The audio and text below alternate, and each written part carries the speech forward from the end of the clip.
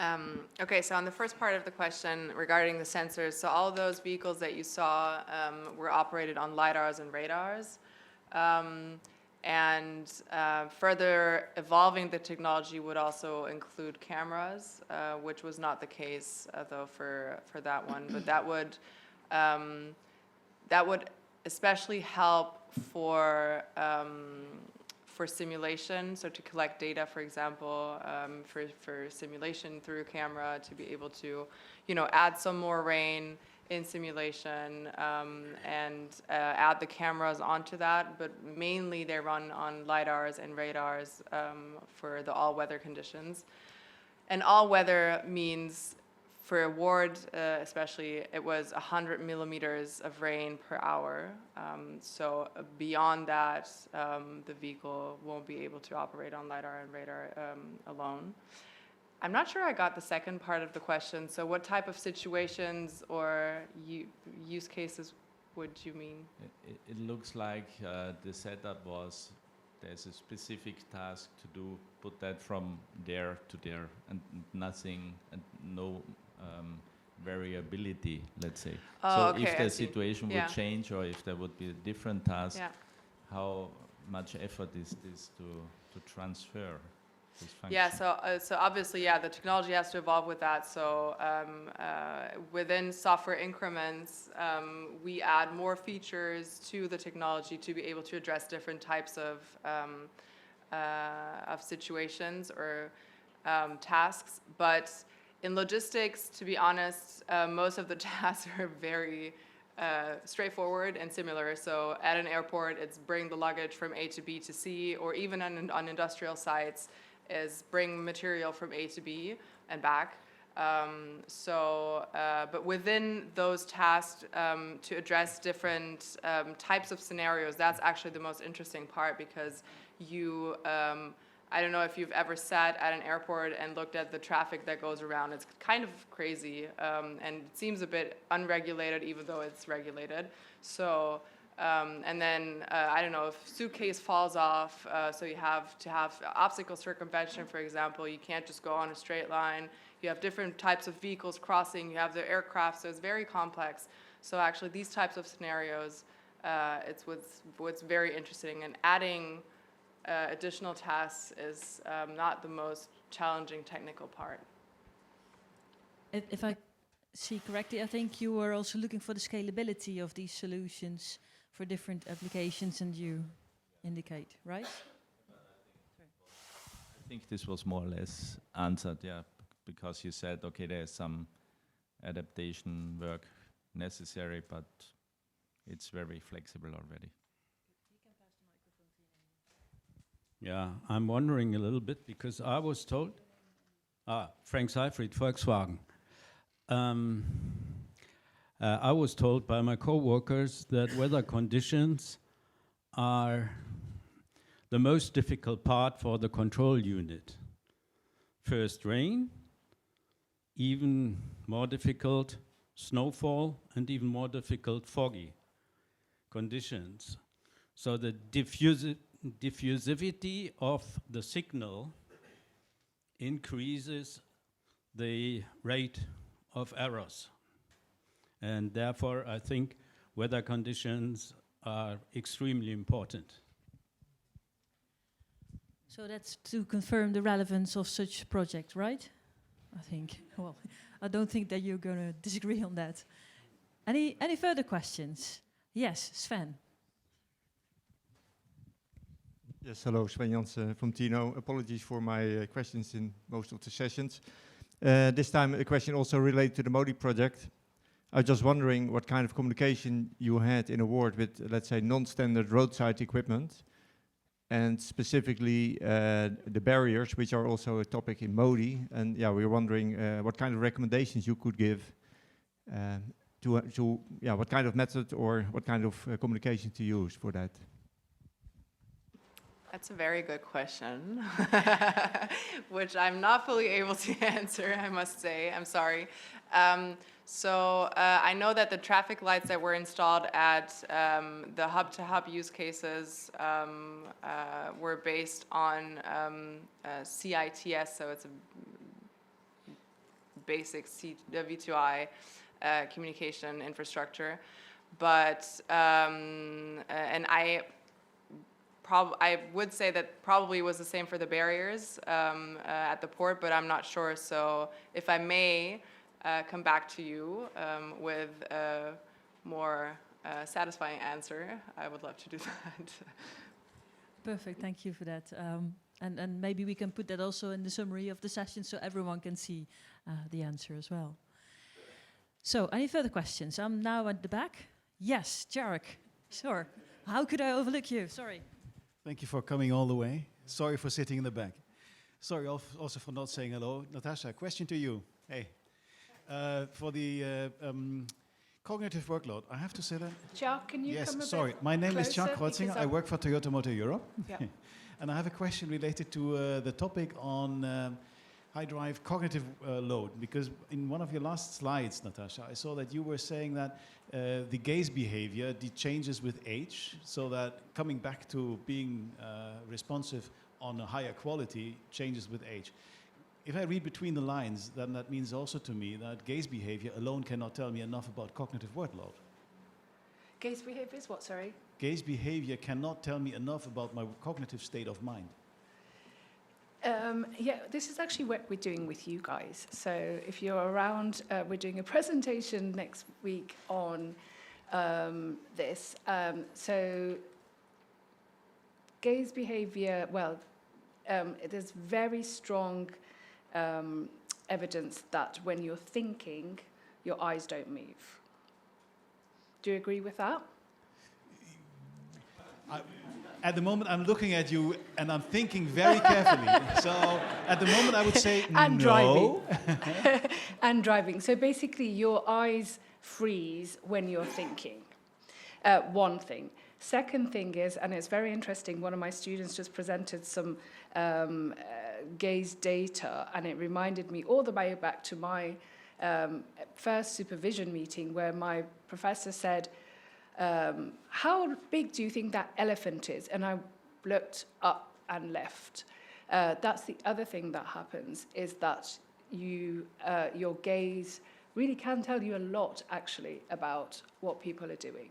The old-young thing, and maybe we can discuss this in more detail afterwards, is basically the fact that as we get older, we're not very good at multitasking. So again, for our both groups of drivers, they were doing actually a very difficult memory task called the NBAC. You might be familiar with it. And the older drivers in particular, their gaze was more frozen, so to speak, than the younger drivers who were looking around a lot more. Obviously, this is driving simulator studies, it's a one-off kind of thing. There will be differences as you get more practice, etc. But I invite you to think about it yourself if you're naughty enough to do a very long conversation on the phone. What that sort of, whether you remember seeing, you go through the traffic because it's automatized and it's a green light, you go through it. But do you remember doing that? That's what we're sort of trying to show, and we are showing very, very strongly in manual driving and automated driving. But affected by other parameters like age. Charles, can you, I've got a hearing impairment, so can you speak very I'm clearly? sorry, but it's also affected by other parameters that might affect it, like age. Of course. And it's maybe something we need to talk about, as I am aware of your work in that area as well. Absolutely. So, I'm hugely interested in that. Thanks. thank you. Thank you. So, Chark, you were looking for a yes/no answer, but you got a more complex answer and more than you need. That's what I like with Natasha. I know. Thank you. Magnus. Yes, Magnus Granström, Safer Chalmers. Continuing a bit on that question, because now we primarily sort of talked about age. So again, Natasha, do you see any major differences between professional drivers and casual drivers that you would like to comment on? We are looking at that right now, not in high drive, but another PhD student of mine who's looking at racing drivers actually, and other drivers and how they direct their attention. So obviously with experience, it gets, you know where to look for more as you become more and more experienced as a driver. I think it's complicated. So professional is different from experienced. So that's really important to make that distinction. So I don't want to sort of encourage 40-something-year-old people who are experienced drivers to think it's okay. So you need to actually have training. And I'm aware, for example, that highly trained drivers, how they look at the mirrors, etc., and I've seen them actually do that. It's very different to how you and I drive. So that's a separate distinction again. Thank you, Natasha. I see another hand in the air from Armin. Yes, thank you. I don't want to add to this one, but it's a very important and interesting topic, and we need to work much more on that. I fully agree. But I have a question to show.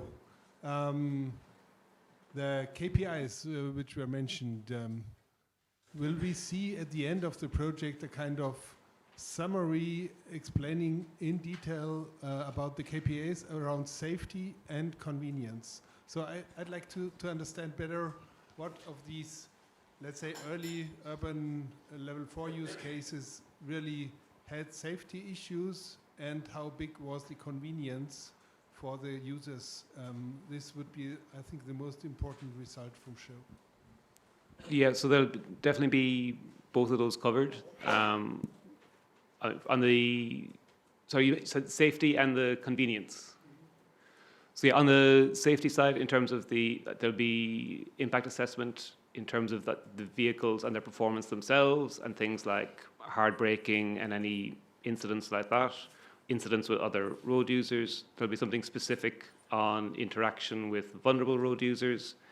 And on the convenience, yeah, there's survey analysis at all the pilot sites, kind of before and after in terms of attitudes. But yeah, those surveys also take into account people's willingness to pay, their kind of vision for like when they would use the service, how they would use the service. So I would say yes, it will all be covered. Good. And another question related to show for you, John. I was curious, somewhere in the material you mentioned that your collaboration, your international collaboration, was very fruitful. Can you tell me what made it so fruitful, and what differences or similarities with US and Japan you have spotted? So I'm not going to say much about the US, because a lot of that stuff was taking place before I joined shows. I can speak a bit more about the collaboration with Japan.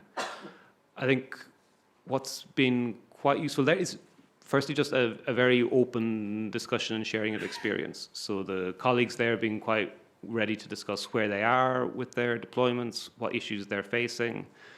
I think the most interesting thing for me from the public transport side is that I think we are reasonably far ahead of where Japan is in deploying these services in a public transport setting.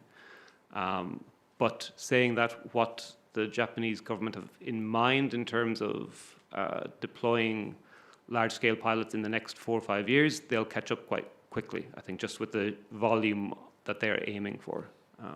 So I think Europe has leadership. I got to experience a public transport pilot site in Japan last year. They're using European technology. That's what they're looking towards as the best stuff at the moment. So yeah, I think on the regulation side, they're also a little bit behind us. The kind of permitting processes that they have are super localized, where really like the local police chief needs to sign off on your plans. So, we've had issues with permitting at some of our pilot sites in show, but, not maybe to the kind of granular level that they're having to face over there.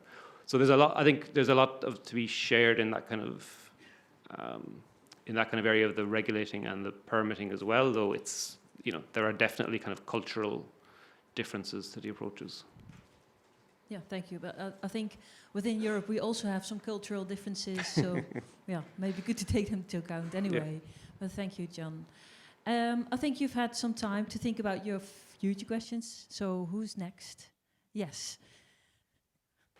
It's good for my exercise and to stay awake in this warm room. Sorry. Thank you. I'm Ragnhild Wahl from ITS Norway, and I also represent MODI project. It's a question to Nathalie, and coming back to the sensors and the all-weather part. All-weather is far beyond what award will showcase, I would say. But you mentioned the requirements for rainy conditions. But what about all the other weather elements? Will you define concrete thresholds, which we actually are managing today, and thresholds for where we would like to be, and the gaps? I guess yes.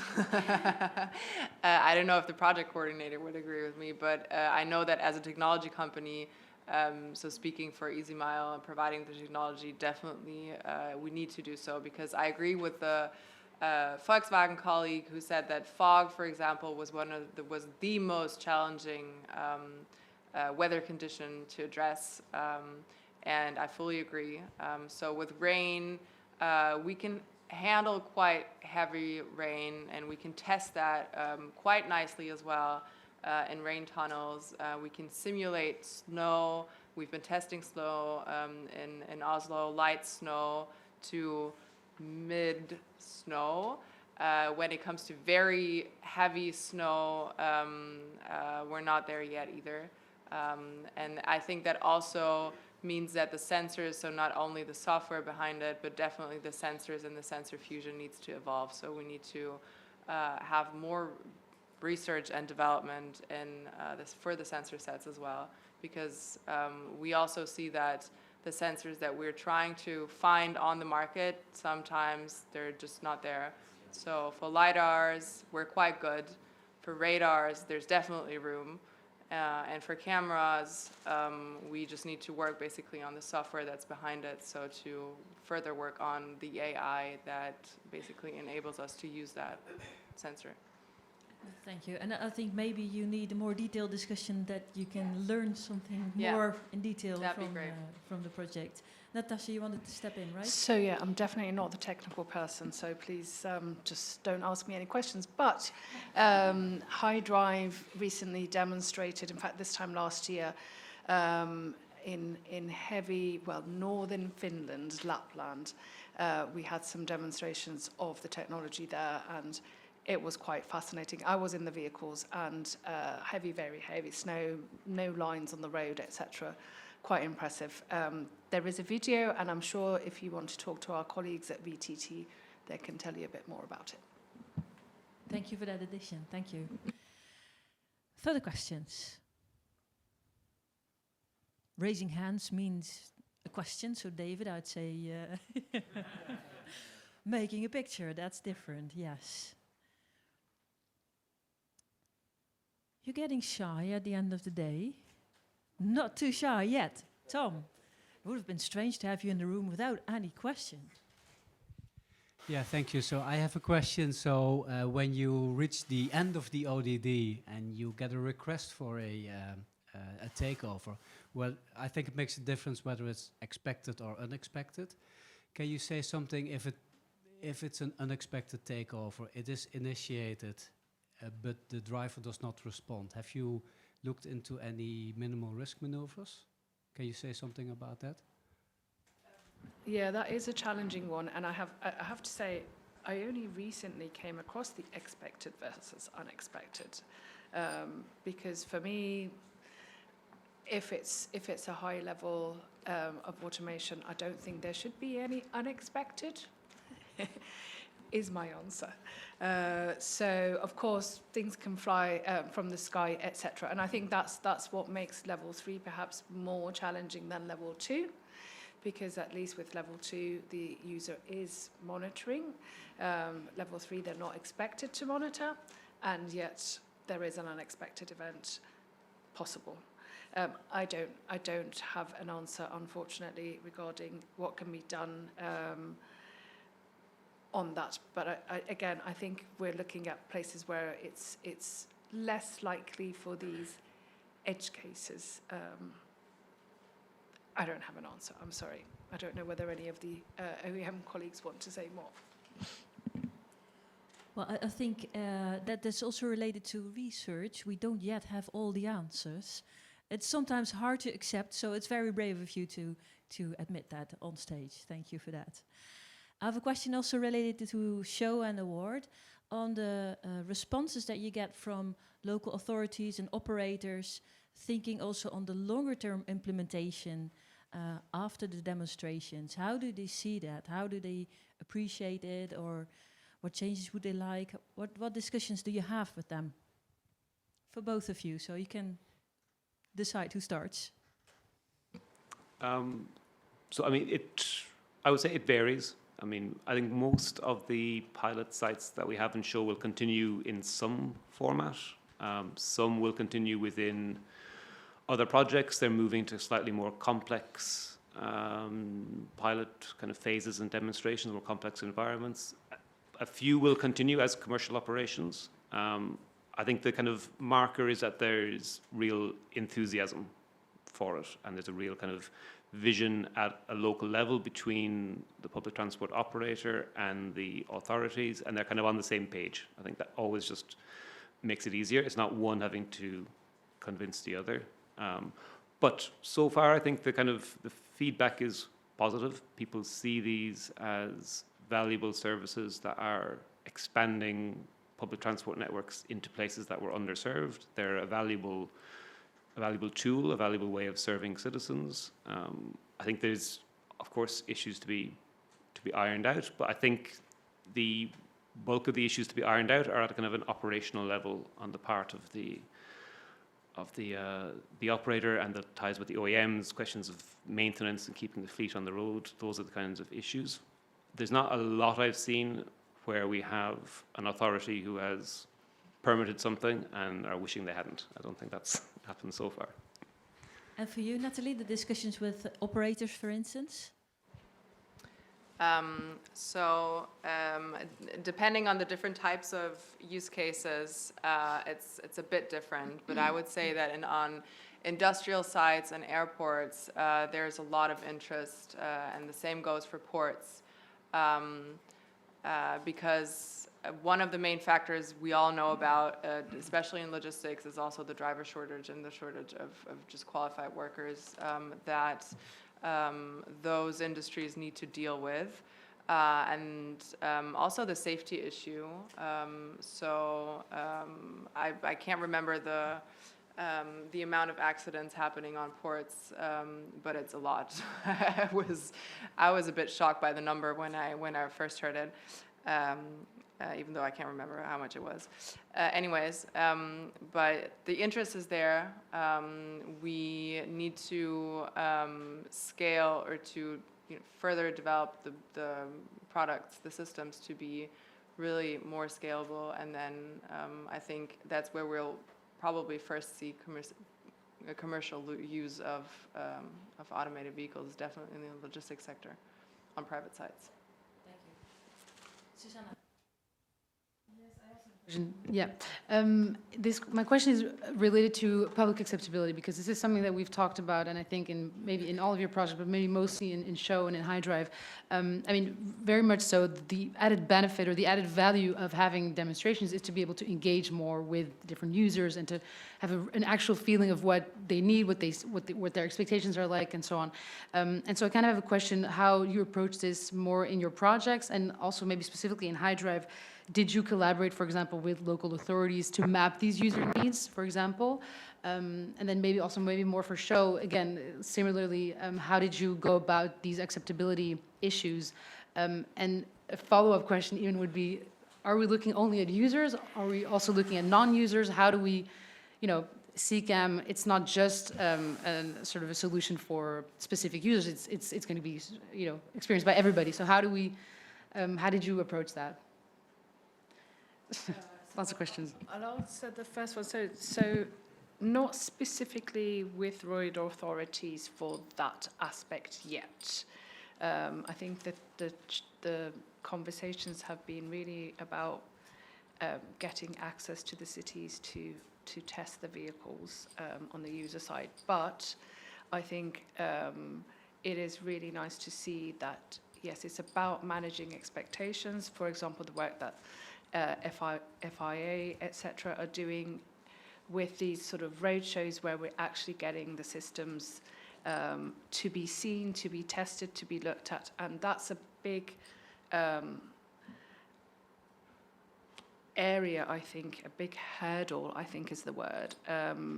Again, there was a recent report, and there's a few reports such like that, where basically there's lots of beeps and bobs happening in vehicles. People don't know what the systems are, what they do, how they can help with safety, etc. So the user education is absolutely relevant right now and going forward, because the systems are in the vehicle, at least for the sorts of work that we're doing, and people need to understand, and managing expectations is the biggest area in order to have them adopted, accepted, etc. John, did you come across that as well in the show project?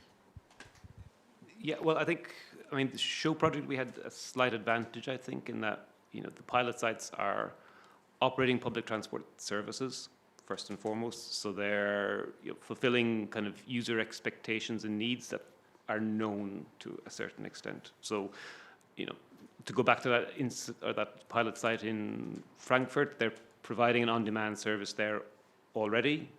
The automation makes it a bit different for the users, and there's a lot to be gathered in terms of how they react to that, but the kind of basic need was known.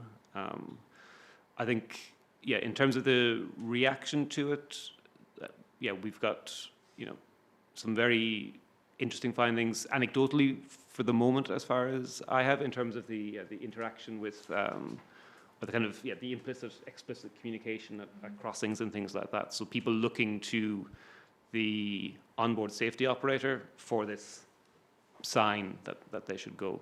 I think one of the, maybe the gaps that we have, which definitely needs more research, is the acceptability by other road users. Because, yeah, we're concentrating on the acceptance by the users of the service. A lot of the kind of issues that we have on the road are with cars that don't want to be driving behind a shuttle that is limited to 20 kilometers an hour. And, you know, I don't know the figures, but from my own experience, the hard braking that comes about is because somebody's overtaken on a very narrow stretch of residential road and the shuttle stops. So I think, yeah, the kind of acceptance by other road users is something that we need to do more on. Thank you. You had a question as well, right?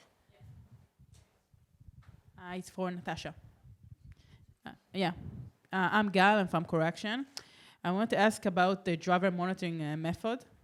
I want to know if you thought about any criteria for what is impaired driving. That means that not checking each effect differently, but calculating all of the effect, like fatigue, alcohol, and cognitive load, and to see if, even if each parameter or state is not in the threshold, still the driver is impaired because of a combined effect of 2 or 3 states. Question. Yeah, I think everyone would agree that driver monitoring systems are not there yet to even distinguish between is it fatigue or is it distraction. So I don't know whether, for example, camera-based eye trackers on their own will be able to make that distinction. So the work is around other sensors, whether they be face-based or posture-based. Some of my students have found really nice results from skin conductance in terms of workload, where they're not seeing that necessarily for level 3, especially because people are not looking at the camera. So I think we are not there yet in terms of what you're asking, even individually, to be able to look at things across the various drivers as well. So it's in some ways it's only just starting, and definitely the driver monitoring or occupation monitoring colleagues that I'm working with in companies are absolutely acknowledging that it's tricky. I don't know whether I answered your question, but yeah. Thank you. Yes, Mats. Oh, I see. Yeah, it's Mats Rosenqvist from Volvo, also the cluster lead, cluster 1 for large-scale demonstration. And of course, my question is, what are your expectations for the coming program? I mean, what do you need, what do you want like to see in future projects? So what are your expectations? Yeah, time to add to the wish list. So that would be very helpful. Thanks. Are you well, you have his ear Mats? now, so yeah. John, can you start, please?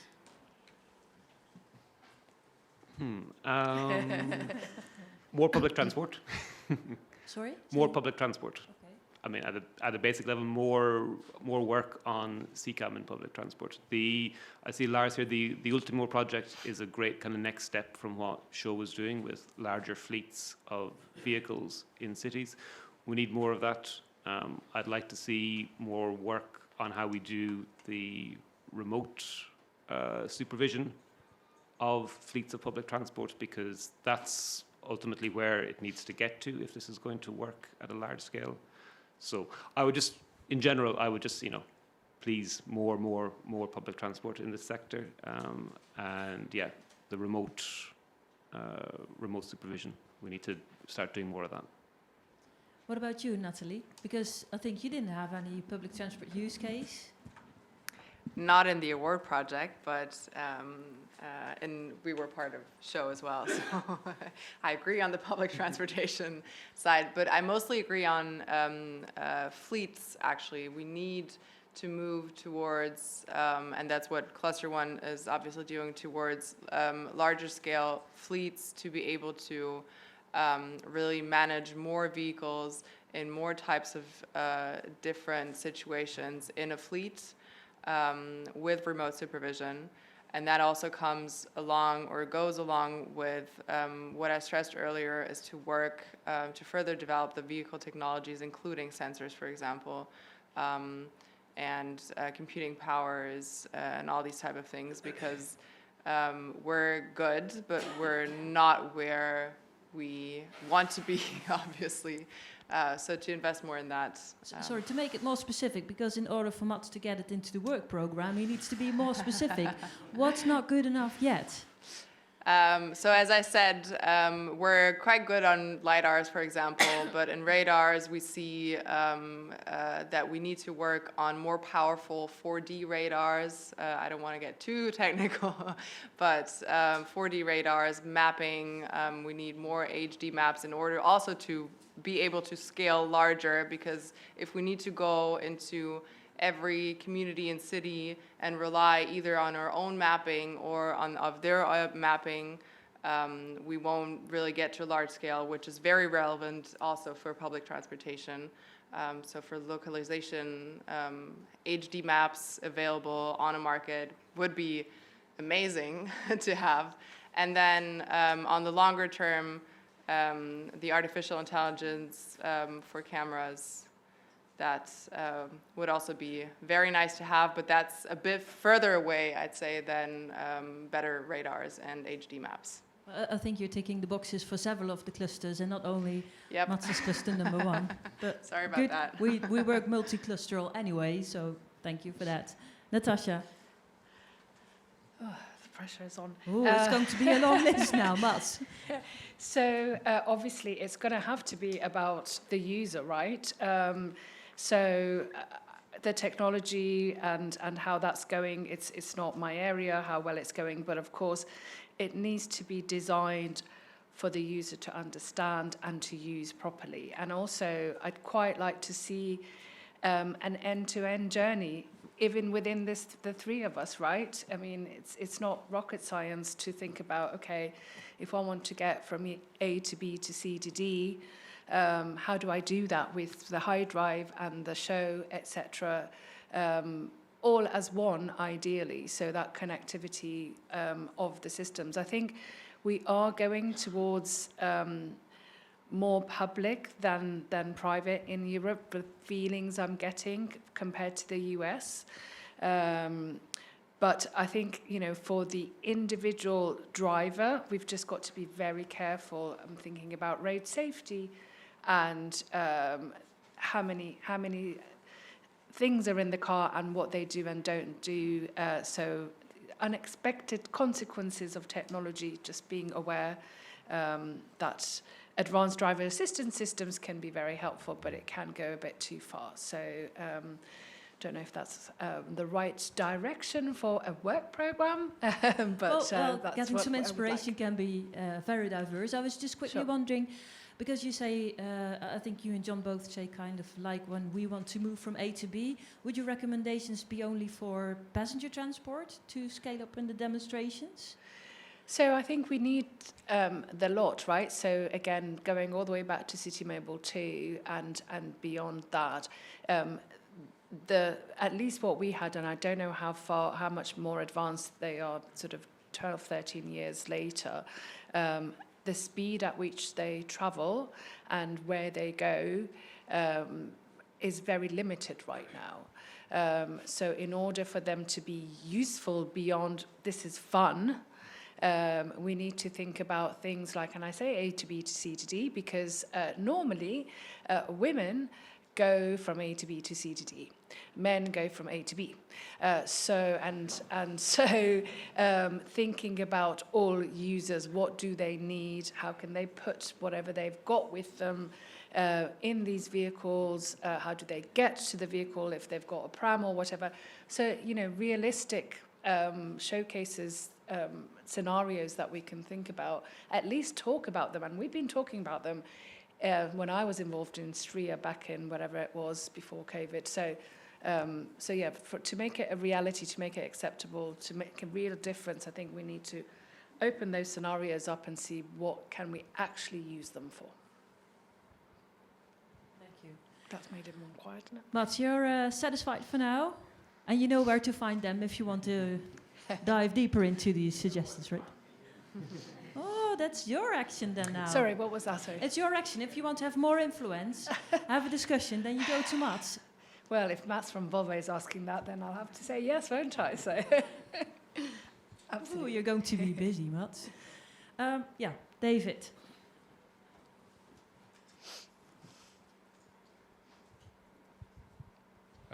David Storer from CLEPA and also Cluster 2 leader, Vehicle Technologies. So it's a really non-technical question, but it seems remarkable when you look at these consortia, how many competitors are working together. I mean, I'm struck by HiDrive, and I know there's a long history of projects, but also the other projects as well. And it seems like a really good basis on which to go forward.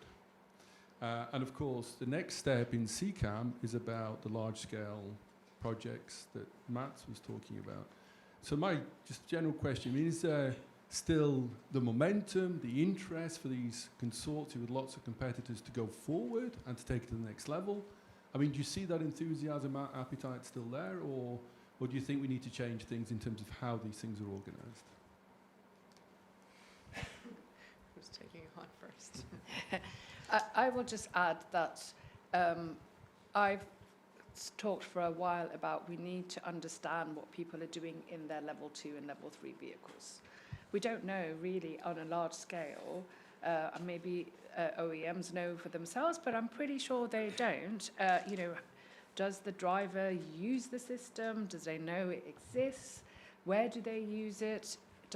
We know with some systems, ACC for example, it is adding to safety. We need to know that more about what people are doing in their vehicles. So from where I've been working for the last X years, that is for me something that, yes, there is an enthusiasm just to allow us to develop the right systems for people that saves lives.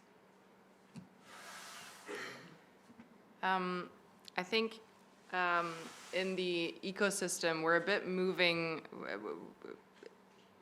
how should I say that? We're shifting eras, sort of, because we're going from research and innovation projects to really implementing the technology. So that's why, to me, it's definitely a yes that we should and we have to keep on also to be competitive as an industry to work in these type of consortia, as you say, because that's the only way that we can bring actually, as the session says, the technology on the road, and to have those type of not only large-scale demonstrations, but at some point really implemented in our systems. And I think we're doing an amazing job on European level compared also globally, from what I can tell. So definitely a big yes from my side. And also adding to what I just said about the technology, maybe, and for the cluster 2, working towards software-defined vehicles, we're going to hear about it later. We will need these type of consortia to work closer together, because otherwise this just won't work. I have to say right now, I'm very happy. Sorry, I have to say that I'm very happy the UK is back in, by the way. Just had to say that, I'm sorry. Oh, it must have been so painful for a long time. And happy to have you. We do have some youngsters in the room in projects that are maybe not yet presenting this edition, but will do next time. Modi has been mentioned and several others. But what, from looking at the project results that you have so far and how you got there, do you have any recommendations for them? Any traps not to fall into, or any enablers that they should make use of? You're sighing, so I'll start with John. And the microphone would help, yeah. Let's see. Yeah, we have the most difficult questions at the end, you know. Yeah, You yeah. have to remain No, but my sharp. brain is freshest as well, yeah. It's getting great. cooked, sorry. Yeah. I mean, I would say, you know, the advice that I would have for Ultimo, though Lars will know this quite well, is to just get the vehicles on the road. You know, we spent a lot of time in show on all the work behind it. It's always necessary, defining the use cases, the business models, everything like that. But really, vehicles on the road, serving the customers, that's where you learn everything, you know, in terms of the unexpected things, testing what you knew, but really the kind of, the work around, you know, how public transport operators are going to not just put the vehicles on the road, but keep them on the road. All that experience comes from doing it. So, you know, as quick as you can, you know, get it running, and you'll learn so much more than you can from, you know, from the simulations, from the literature reviews, from everything else. That's kind of the big thing. Thank you. Natalie, any lessons learned for the new projects from the results and how I don't know if I'm able to answer that question, since I'm sorry.